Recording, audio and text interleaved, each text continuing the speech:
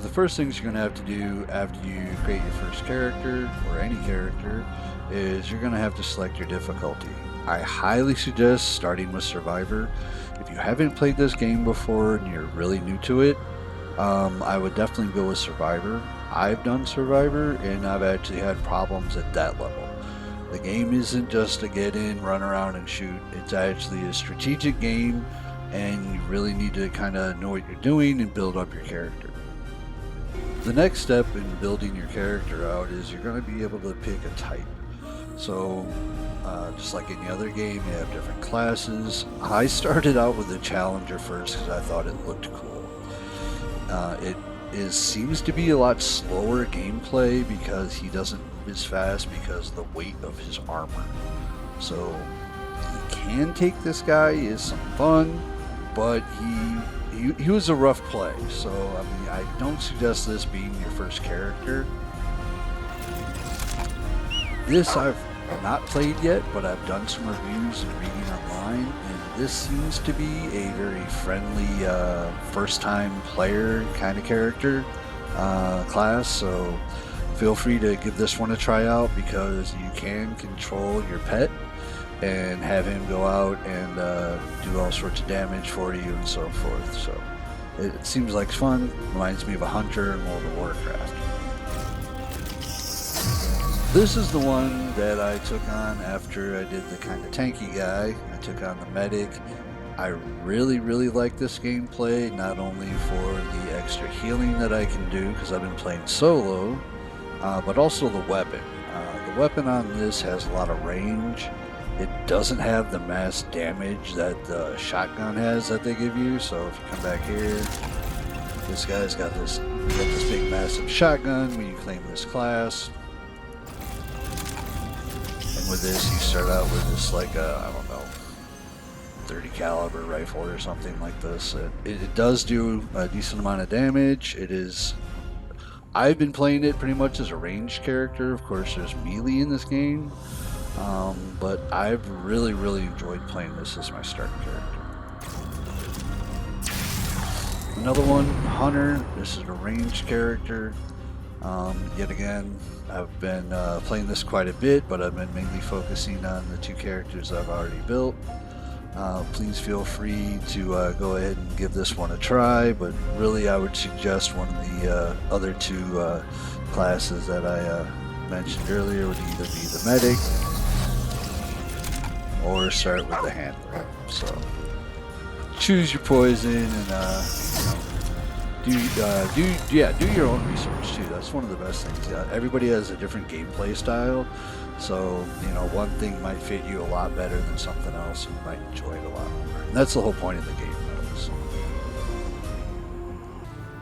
Hi, so another thing that they got in this game is charged melee.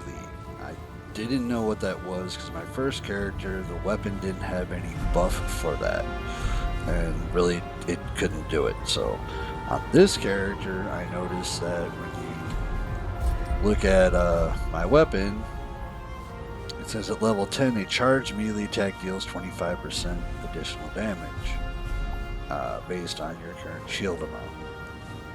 So I was like, well, what's a charged melee attack? So I found out by having to do some research that instead of just, doing a hack and slash with my little mace or whatever you want to call it that's on a chain, you hold it down and hey, look, it now does like a whirlwind.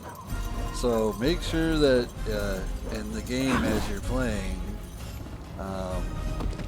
you do some research and review on the different things on melee, because melee in this game is some of the highest, best DPS that the mods that they put on the melee weapon. So if you think, hey, I love to come in and do some shooting and have some action, that's great. There is that in this game. Oh, pretty good. But melee is a huge part of this game. Let me see if I can get something over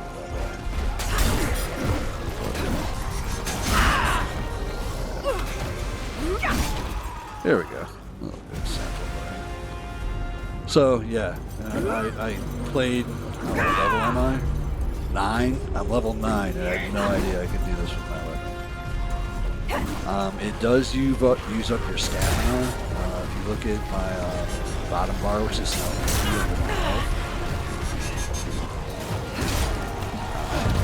it does use up your stamina.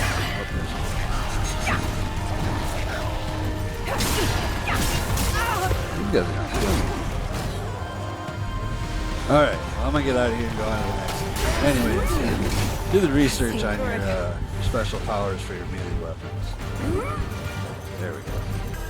So the checkpoints come when you get in range of them. You can see in the top right corner on the mini map. They're showed on the mini map as well, and on the full map. So as you can see, there's one over here and one right here. So here, when you come up and you rest at it, this is where you can teleport to town and other areas you've discovered, and it also gives you all your ammo back and all your health. So it's kind of like a rebuff and starting over, and if you die, this is your spawn point, usually. Another thing about the game, when you see something like this is of course a port to another zone or to a boss fight. So when you go through one of these doors, be prepared if you don't know the game, which I don't, because you may be walking into a boss fight, and if you have no ammo and you're half dead already, you don't really want to walk into a boss fight in that condition. One of the things that's cool is a lot of the dungeons I've been in where I'm doing a boss fight, there's a checkpoint right outside. So not all the time, but the majority of the time when you die in a boss fight, you spawn right outside the door, so you can get your full health and you can just run back in and try it again. So there's no limitations on how many times you die, which is really nice. There's no penalty for dying. It doesn't do any damage to your gear or anything else. So actually, it helps you when you die because you get all your health back and all your ammo. And all your buffs are reset. All your action bar items are reset. So you can actually just go in and just try it again. So that's a couple of the cool things about this game that I really liked.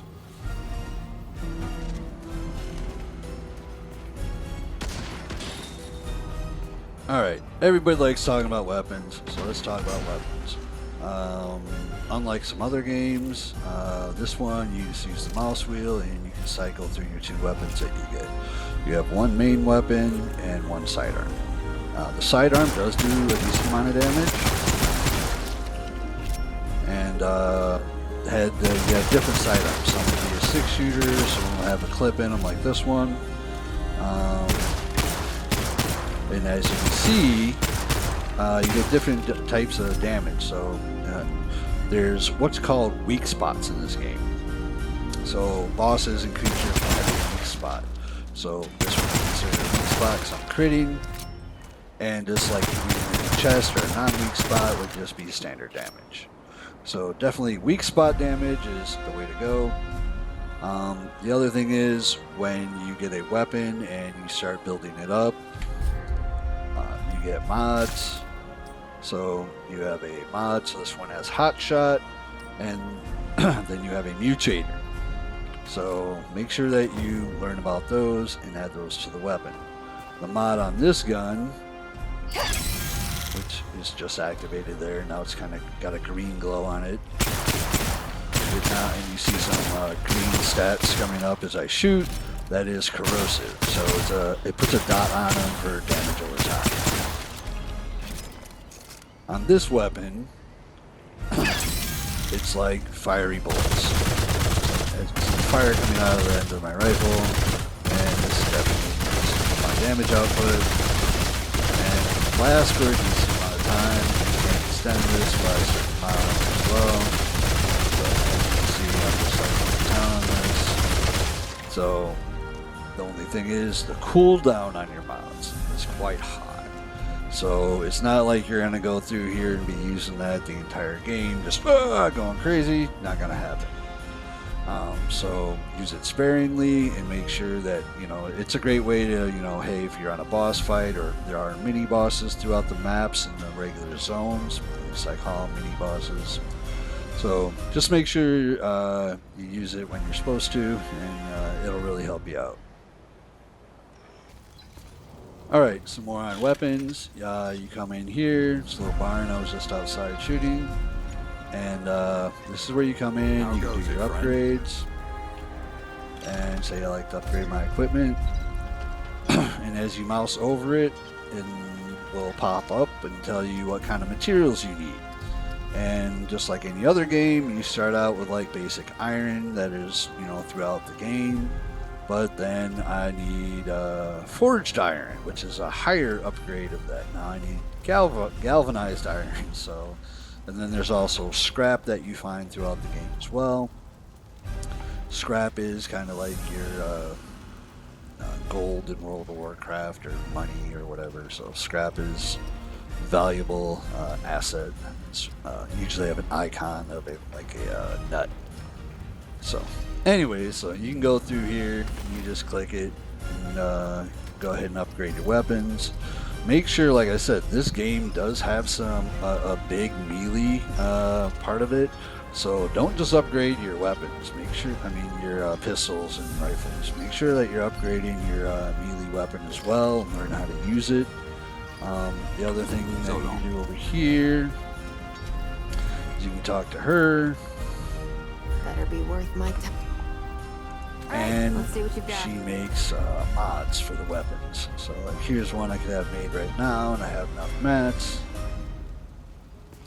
So if you have mats, you can do it, or you can just buy them outright for enough scrap, which I don't have enough scrap, of course. And then you apply these to your weapons. Okay. So that's how you do that.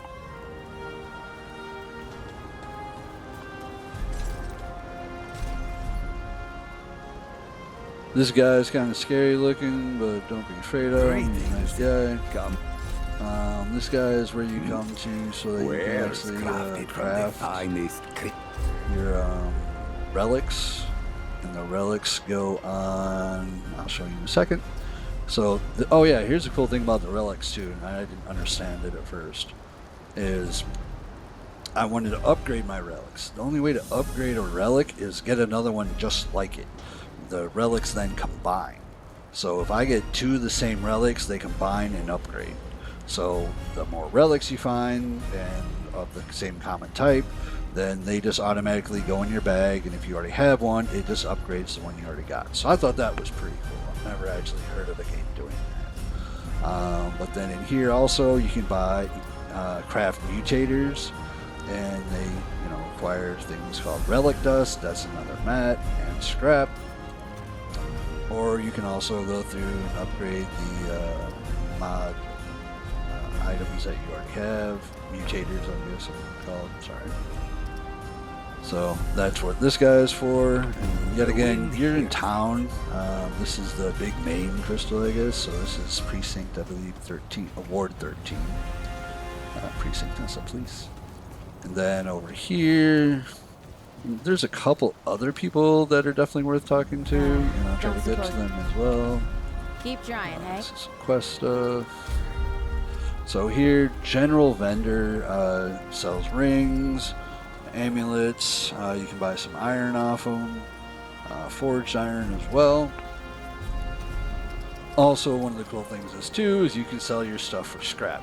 So if you're like, oh, I got all this iron and I don't need it anymore, you can sell your iron off and then buy something else with it. I'll be here when you that's get one back. vendor, and then the one that I just recently started utilizing a little bit more because my armor rating was so low, so I wanted to talk to this guy, and he is the only one that I've seen that actually sells any type of armor. He's quite talkative. So you can come here, and like this is the armor for the other class. And if you notice, it's going to have a lot higher armor rating than what I'm currently wearing. So I think I'm wearing something like this. It's 10. That's 10 armor. And this is 17. So as you, so it does make a big difference in your gameplay as far as maneuverability. So that's the only thing. If you really start stacking on the heavy armor, it's actually going to slow your character down in game. So just make sure you think about that.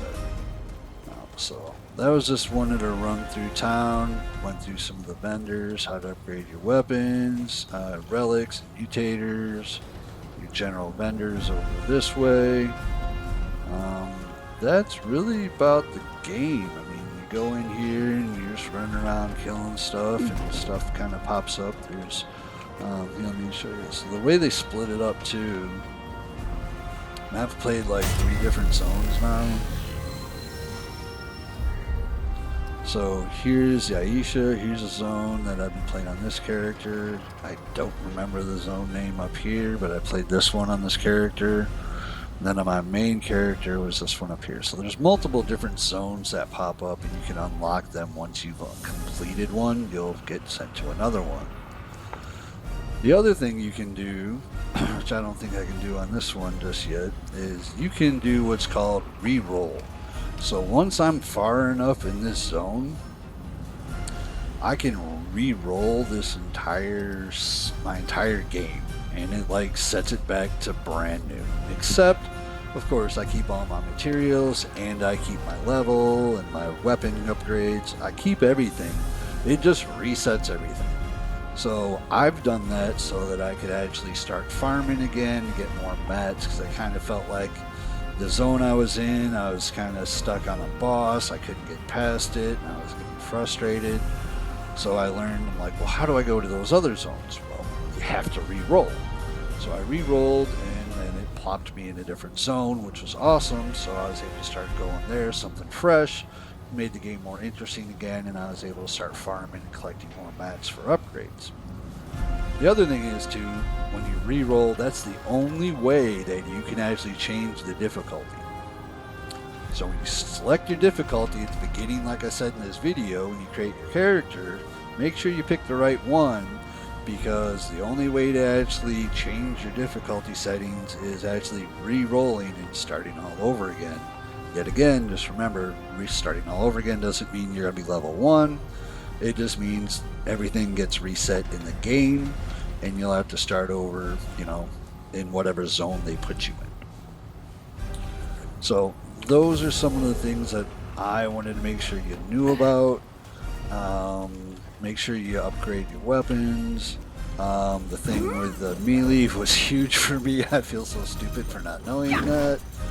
And so just you have to do some investigation in this game. You have to do some reading online. It's not 100% just hey, jump in and start shooting like some fun action first person shooters are. This is a third person shooter, and it's a lot more involved than I originally thought, but it is very challenging, very fun. This game will, if you're an experienced gamer, this game will challenge you big time, and you actually have to learn some fights, protect yourself, lots of dodging and so forth, and getting out of the way of stuff. So anyways, last thing, I almost forgot, but I noticed I had one. So this is my class type, and then I got different skills that I can select, so I could also switch over to this if I wanted to actually start doing some, there is group play where I can go and play as a part of a team, so I could also help heal other people. This is your armor layout, and as you pick up stuff, if you don't have it in your slot already, it'll just automatically put it there. You've got your traits. These are kind of like your skill tree and your skill points. Your inventory is kind of sectioned out for you. It would be a quest item, raw materials, consumables. Got your map, and I do like the 3D maps, and they're also, as you can see, like over here, it gives you, totally 3D in height, width, length, etc. One other thing I wanted to talk about was this guy. So the Dragonheart Relic. So this is where your relics go. And also you can create more of these. There's a guy you can go talk to, it's called At the Docks, and instead of having only 3 healing potions, you can create more and have more healing potions. That's why I call them, because that's how they work. They're slow, but that's So now then, this is my main relic, and this is what I use to heal myself. Within that, there's different relics that you can choose from. Different colors or like different categories. Like one might be for defense, one will be for offense, or someone's for cooldowns, and so forth. And these are the relics I was talking about earlier. That as I get more and more of the same relic, that's gonna upgrade. See, like this is a 1.2. This is a 3.4. So this is a lot higher level relic than the other one. And the percentages seem real low, but yet again, everything's kind of low. You're not doing millions of points of damage in this game, so it's 1%, 2%, and that grows. This all builds. So you can select these, and then it will put it down here. So like when I engage my mod on my weapon, it's gonna last for 2.2% longer, which means I'm gonna do, of course, do a lot more damage. Melee crit increase, range damage because of the weapon I have. That's why I like using that. So the other thing is, so you have that on. As you see in the bottom left, and you can see all the different keystrokes I have modded. I have 4, and if I want to use one, this is how long it takes to heal yourself. It's not like bang, you click a button and you heal. And if I'm running and you try to heal, it stops you from running and then heals you like that. So it's very frustrating. I wish they didn't do that, but that's just the way the game is. When you heal, you stop running. So if you're being swarmed and attacked and you're trying to run away, and it just stops you. So that half a second is enough to kill you a lot of times, and it's very frustrating, but that's just the way it is. Oh, and like I said, when you recharge, like I just used all those, I come up here, I touch this thing, and poof, I'm going to have all my weapons, my ammo and all that restored, and now I have 4 of those.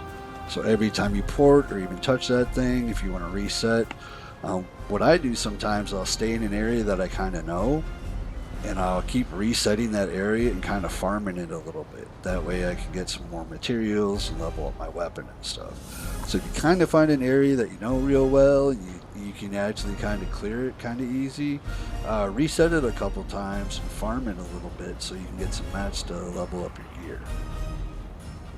Alright, well hey, I hope I helped somebody out in playing this game. It's a lot of fun, and that's about all I got. Please hit the like and subscribe. Thanks a lot.